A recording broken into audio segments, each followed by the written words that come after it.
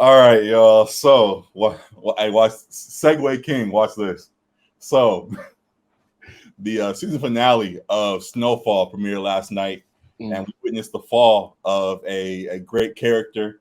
And in the end, a man that we saw in high regard was completely out of character and no longer was the man that we knew him to be. In somewhat similar fashion, Lakers were out of character last night against the Grizzlies as they were. That's the segue. Oh my god! Oh my god! His organization is frankly. Hey, you've had better days. You've had better days. I tried to put it some kind of way, but yeah, Snowfall was last night.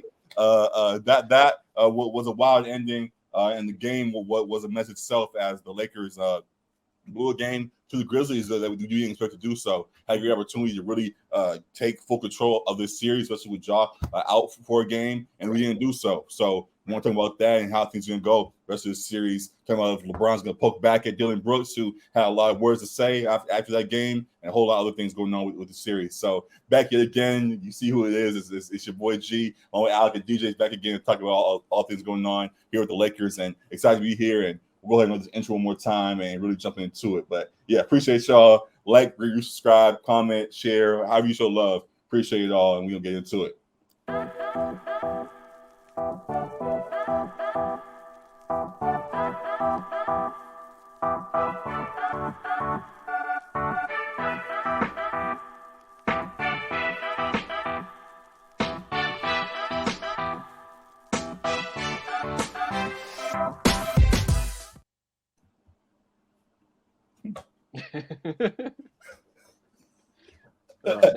Hitting the AB. Come on, man. Y'all let this man beat us last night. That's ridiculous. Let's go ahead and jump right into it. So as we said, the series with the Grizzlies tied 1-1. Dillon Brooks and those boys, even without Ja, let him as well as what I call him, Xavier Barkley, went off last night and got the victory against the Lakers. AD and some of those guys didn't show up as needed. A few of them kind of went missing in the whole fourth quarter. Yeah, and our point guard went missing. Yep. Our basketball player went missing in the fourth, and let the Grizzlies basketball at home to even up the series. So yeah, go ahead and talk about it. Alec, what do you think about how that game went, and what does that mean for the rest of the series? Yeah, it was definitely disappointing as a Lakers fan. I said off air before this game happened that it was looking like it could be a gentleman's sweep, but without Ja, I thought it could be a sweep. I thought they would be able to take advantage of a severely depleted team that was already without Adams and Clark, and then now without their star in Ja. I know the Grizzlies are still a great team without Ja. They still have a great record without him the past two seasons, but that's three of your top key guys missing in the series now, and the Lakers have definitively the two best players in the series right now with LeBron and Anthony Davis. So it was definitely a game that you should have handled. It should have taken care of business, regardless of it being on the road. And I know they have the Memphis crowd juice behind them and the adrenaline going, but this is a team where you have more talent than them. And you've shown since the trade deadline that you can put wins together at a high clip, they should have taken care of business. And largely due to the fact that Anthony Davis and D'Angelo Russell were a combined 6 for 25. You're not going to win many playoff games shooting like that. Other guys contributed. LeBron did what you expect him to do. Reeves, Hachimura had another 20-piece off the bench. But if your stars are going to shoot that poorly, it's going to be really tough to win. And AD just seemed to not have it last night. And it's kind of the tough thing about AD, because when he's on, he's arguably a top 5 player, but his lows can be so low sometimes, and that was a great example of it. So tough game, but I expect them to take care of business and have I don't think they were unfocused, but just like even more laser focus to continue this series heading back home. I think they'll take care of business at home, regardless of if Ja comes back or not. I think message received and that they'll take care of business. Got it. DJ, you agree with that? Yeah, 100%. I don't think there's really any excuses for the effort that they came out with last night, especially in the playoffs. And I think that's something that you don't need to have to remind LeBron or Anthony Davis about. So I am expecting a better reaction for sure. come game 3 from not just Anthony Davis, from the aforementioned D'Angelo, and other people to step up and just make that effort, because that was just lacking last night. I just think they kind of took that attitude of, jaws out. We already won game 1. Like, we feel like we're going to win this series, that type of thing. So, definitely inexcusable. Kind of like what Desmond Bain said, like AD and D'Angelo shooting 6 for 25. Like, if they do that again, then that's a real problem. I seriously doubt we're going to get another bad performance from those two or individually. You know what I mean? Because this is playoff time. Like, this is the time for them to really show, that they're for real. So, like I said, I expect a much better reaction in game 3. They definitely should bounce back, but as part of my doubt for why I claim them to be even, I went as far as saying they may have been fool's gold this season, was because even in the great bounce rate they've had since the trade deadline, once this new group was put together, we still saw instances like this where the team kind of had moments of mental lapses where they seemed just, I guess, careless in certain games. And I thought that could be something that, if it continued in the playoffs in certain instances, could be taken advantage of. And I say they're going to lose this series at this point, because with Ja out, I definitely see what Alex says, and though I will admit I did have the Grizzlies win this series early on. I see what this Lakers squad now has, and being the healthier squad, and all of that. I do see that the Lakers get to win this series. But even still, going forward in the playoffs and being a potential championship squad, there are still times, and it seems that can carry over into the playoffs, that they can have these lapses. I definitely is something that's a cause for concern. So hopefully this is the last instance of that. But what do you just think about this team continuing to have moments like this, and now in the playoff situation?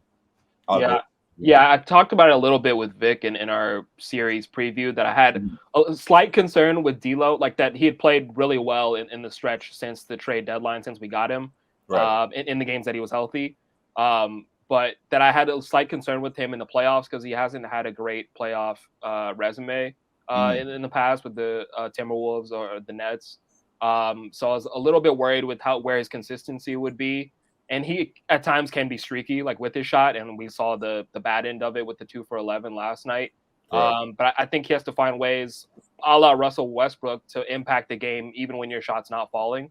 And if you can do that, you can kind of live with a bad shooting night if you're making winning plays outside of that. And so I think he needs to focus on that end of it. But yeah, I think the Lakers, we talked about LeBron at times can be careless with the ball. I don't think he's been too bad with that in this series. I think LeBron ratchets up his level of focus and precision and detail in the playoffs. So I haven't been too concerned with him so far.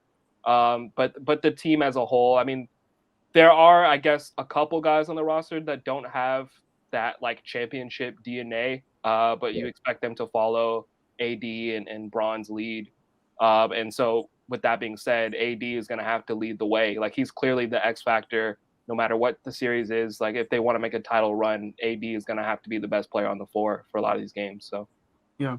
Got it. So we shall see how that continues. I guess just looking at them now returning home, just talk about your excitement. I'll say about that first. Talk about your excitement about having them finally have a playoff game in the building. We haven't had one in some time now. The last playoff run they had was during COVID, so we get to see it. Just talk about excitement about them coming home and what impact that could have about them turning the switch back on. I'm going forward. Go for it, DJ. Yeah, I think that's a great point. And I'm glad that you brought up the last time that they really did go on a run. It was a bubble, but also the number one thing that stands out to me was Anthony Davis was the best player on the court pretty much every game that series. He was a primary option. It went through him. He was aggressive on both ends, and they were playing team defense. So I think that's one thing that I'm probably going to be looking for the most come this next game is a collective defensive energy, because I didn't think that was there in game 2. I agree with Alec. I think LeBron has been pretty good this series. I would like to see him lead the charge on defense, especially with our home crowd behind him. Because, again, another point that we made was the Lakers have pulled off some pretty impressive wins since the trade, named in Dallas, and other victories like that on the road in tough environments. So I don't think that it's going to be too big for them. It's just going to be a matter of making sure that they control what they can control. And with the Laker crowd behind them, I think the fans are going to be super, super behind us. So, like I said, I'm looking forward to it for sure. Yeah, definitely. I think to your point, it's definitely about execution. Because even with how bad they played, it was still a close game in the end of game 2. And LeBron spoke on that as far as the game plan and how they want to play, but just that they didn't execute on what they wanted to do. So I think that's going to be a key component as well. I mean, because they have the talent advantage, they have the size advantage with AD.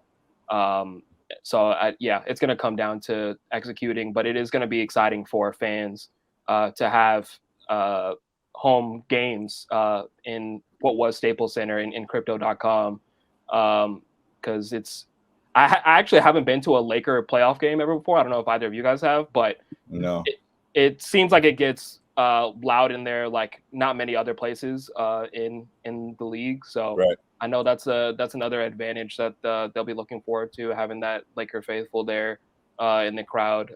So yeah, it should be exciting for them and for Lakers fans.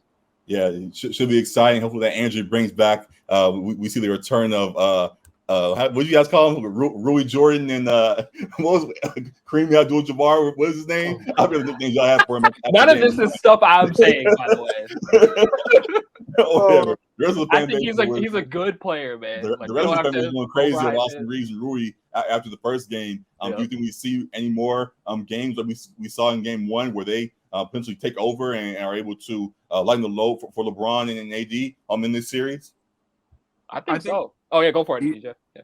Oh, sorry. I think we're gonna need to see at least one of those two really step up. And it's gonna be. I mean, the other people are gonna have to follow suit. Malik Beasley, Vanderbilt, Troy Brown. Like I really think it's gonna be a collective effort because as much as we make a point that the Grizzlies don't have Ja, they were 32-17. I think the graphic said during the game without Ja. So it's not like this is new to them.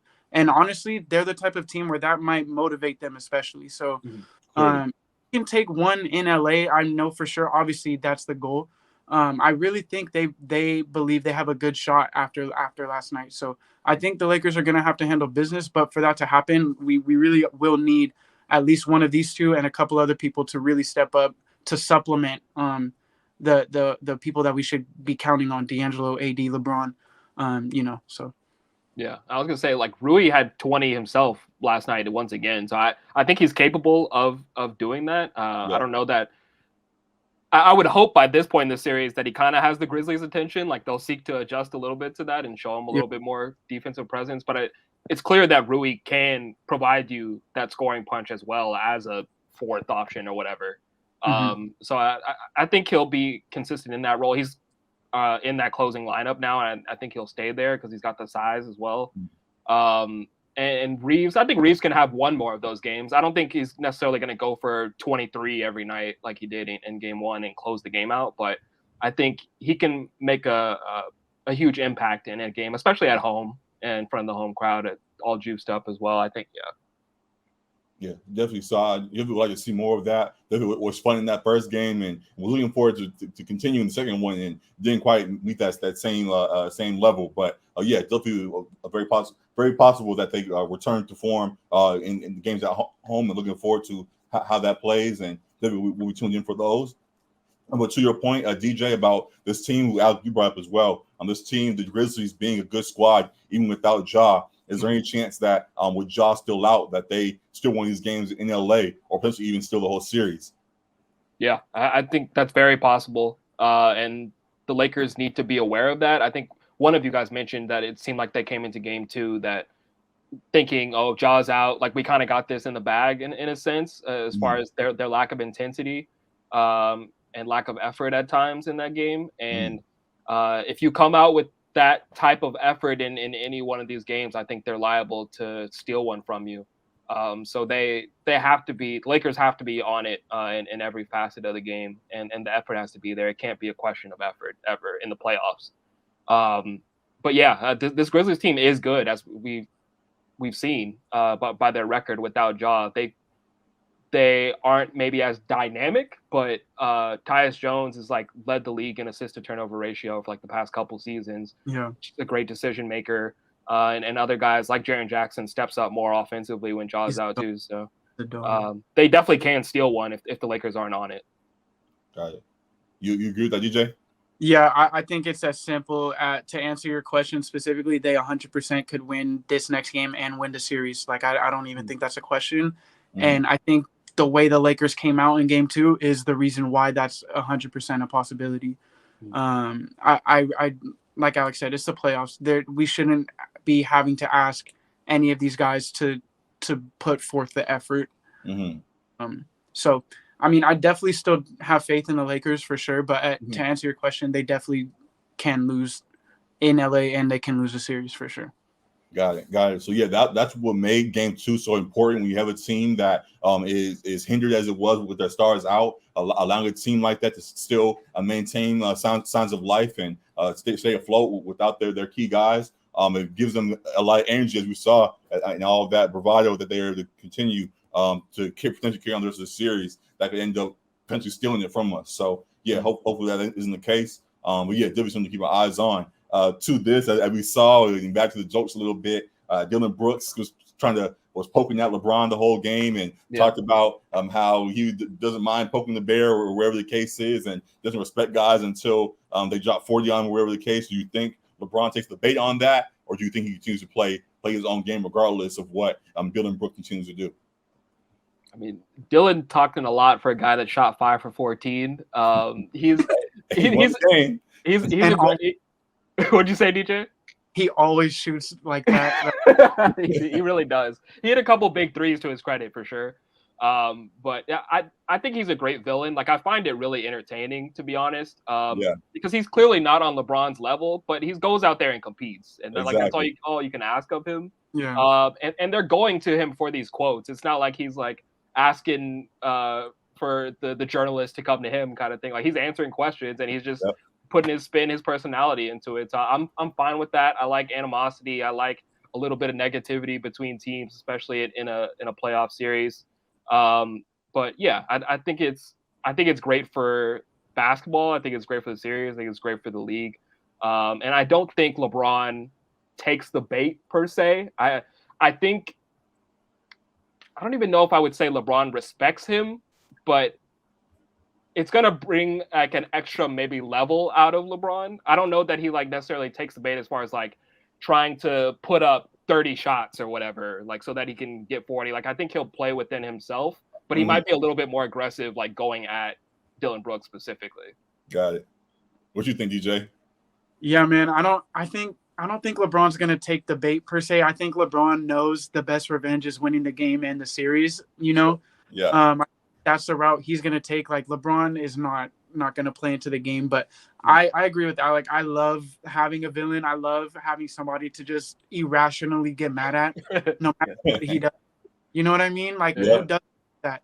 And this specifically, speaking of LeBron, reminds me of that old Heat and Pacers series with Lance Stevenson when he was trying to get LeBron's head blown in his ear and all of that. But it did raise the level of competition from both teams. There's no denying that fact. So I think these two teams are very competitive just in general as well. So I'm here for all of it. I really hope that we don't get too many more of these quotes from Dillon Brooks. You know what I mean?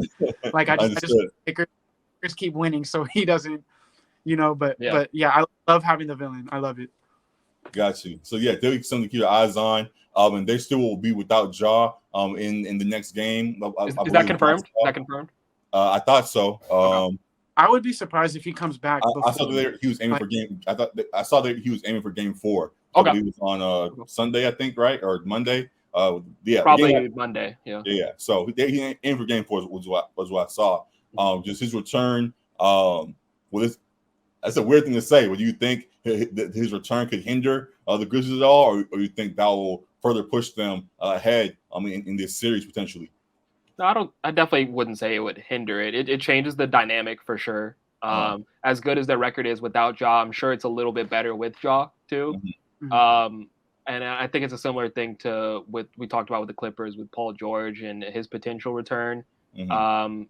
It might be a little bit of a adjustment period coming back, but I think because of like how the Grizzlies play, I mean, Ja is the primary ball handler, so he's going to be making a lot of the decisions and the actions as well. But they have a lot of guys that contribute. Like they're not like a one-man show. They play as a team for sure. So I think Ja will be able to fit right in. It's an elevated version of Tyus Jones, a more dynamic, a more athletic version of Tyus Jones. That's maybe not as good a 3-point shooter, maybe a little bit more careless with the ball, but he brings you another level of dynamicism. So yeah, I don't think it hurts them to have Ja back now. Got it. So yeah, we'll see how things continue to play out. Any other angle you want to look at this with, or is that it with this series right now? I think that's pretty much it. I mean, we kind of touched on the D'Angelo Russell, not a point guard thing. I don't know if we talked about it that much, but I was going to say, just regardless of the criticism that we've had for the Lakers, I still think it's Lakers in 6. I still think they win the series, but they're going to have to be focused. They're going to have to be sharp, and they're going to have to not take any game for granted. But yeah, I think the Lakers still win this series. Got it. Any last comment from you, DJ?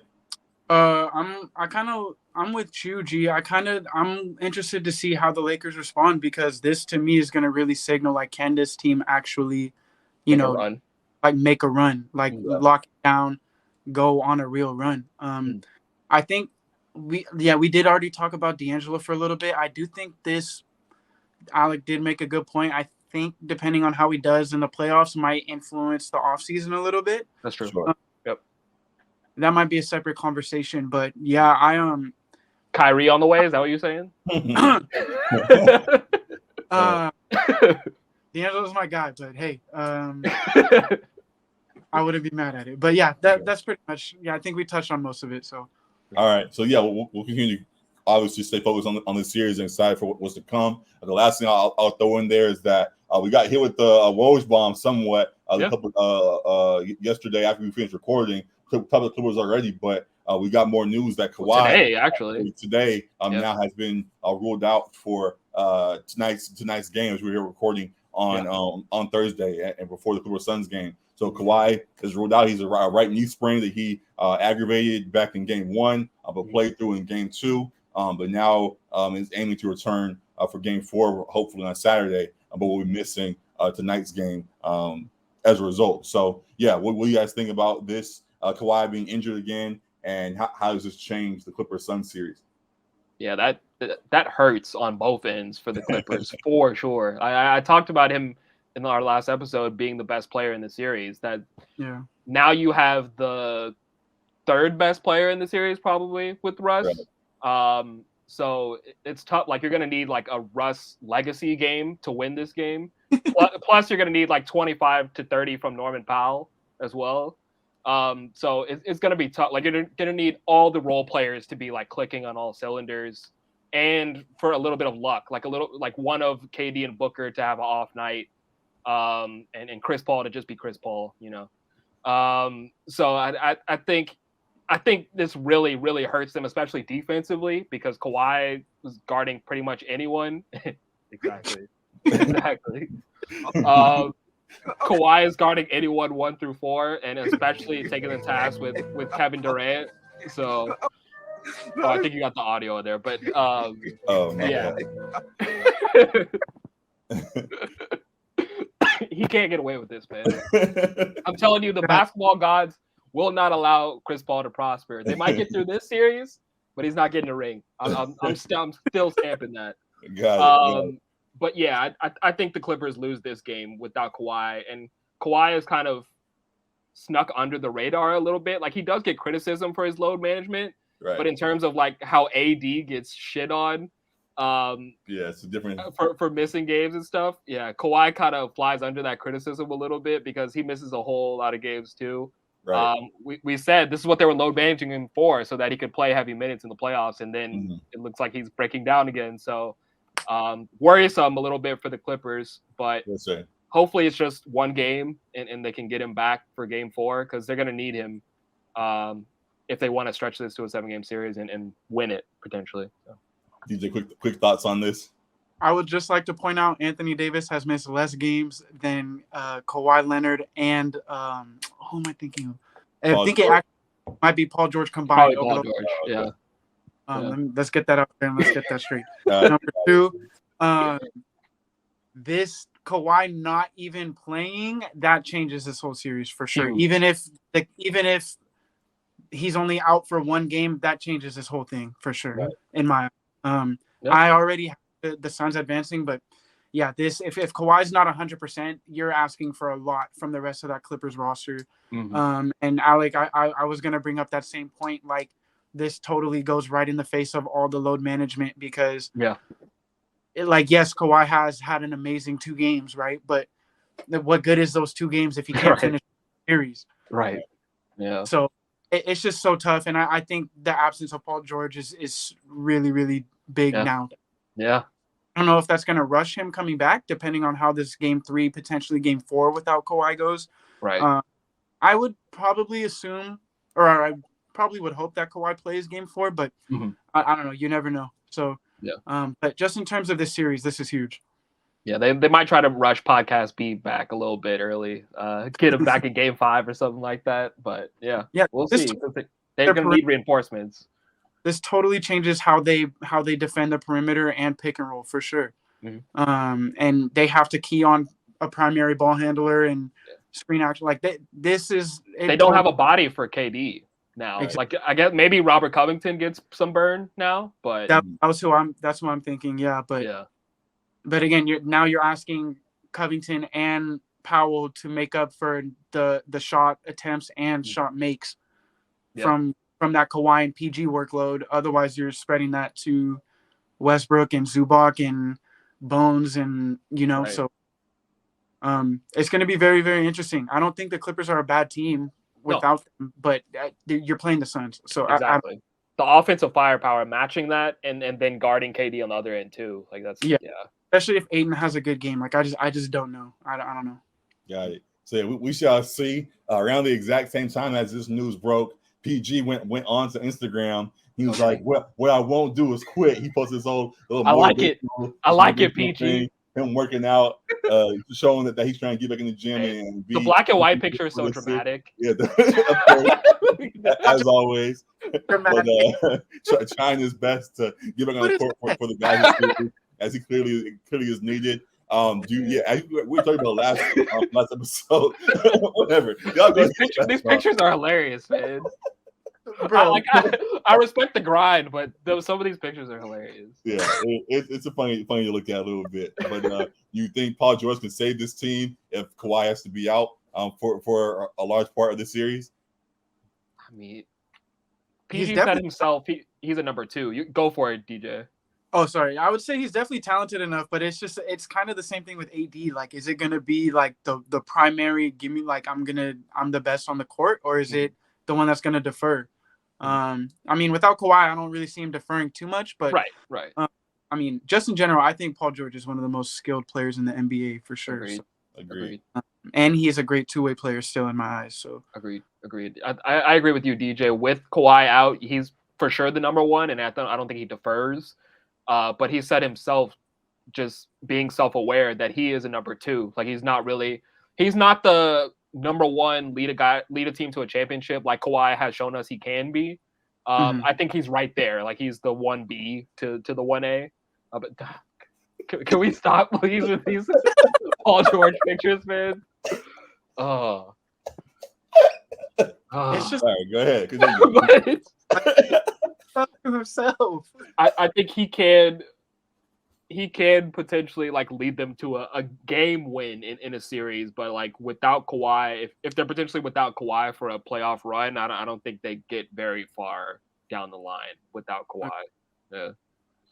Got it. All right. Yeah, we shall see. So yeah, looking forward to how that series goes. Looking forward to our Lakers I definitely think Paul George will be helpful for the squad, of course. But definitely understand that they need Kawhi back as soon as possible. So hopefully he recovers back. He can work through that knee injury going forward. So yeah, a whole lot of fun things going on in LA for both these squads. I'm definitely gonna stay tuned to all of that's going on here. Excited to continue to watch all these playoffs. I think it's been fun to cover. Kings are playing tonight, and definitely excited to get back to that game and see how Game 3 goes and beyond. We talked about it yesterday about it all, and there's a lot of good things going on.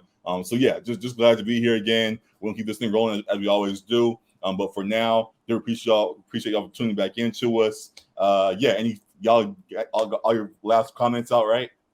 Hey, I need that Russ legacy game, man. Let's it. see it, Russ. we definitely shall see. And then, as we also said, we'll see a LeBron post back at Dillon Brooks and those boys over there. So yeah, fun to stay tuned into. Excited to continue to follow it all. Thank you for tuning in to us. As always, love to continue bring you guys commentary and all the things we see going on across the league. And yeah, we'll keep this thing rolling. So DJ, thank you as always. We'll definitely continue to bring you on. I'll always be talking with you. And for now, thank you all as well. Continue to like, rate, review, subscribe, comment, share, however you show love. Appreciate it all. We'll show love back. And yeah, we'll see you guys again very soon, man. We out of here.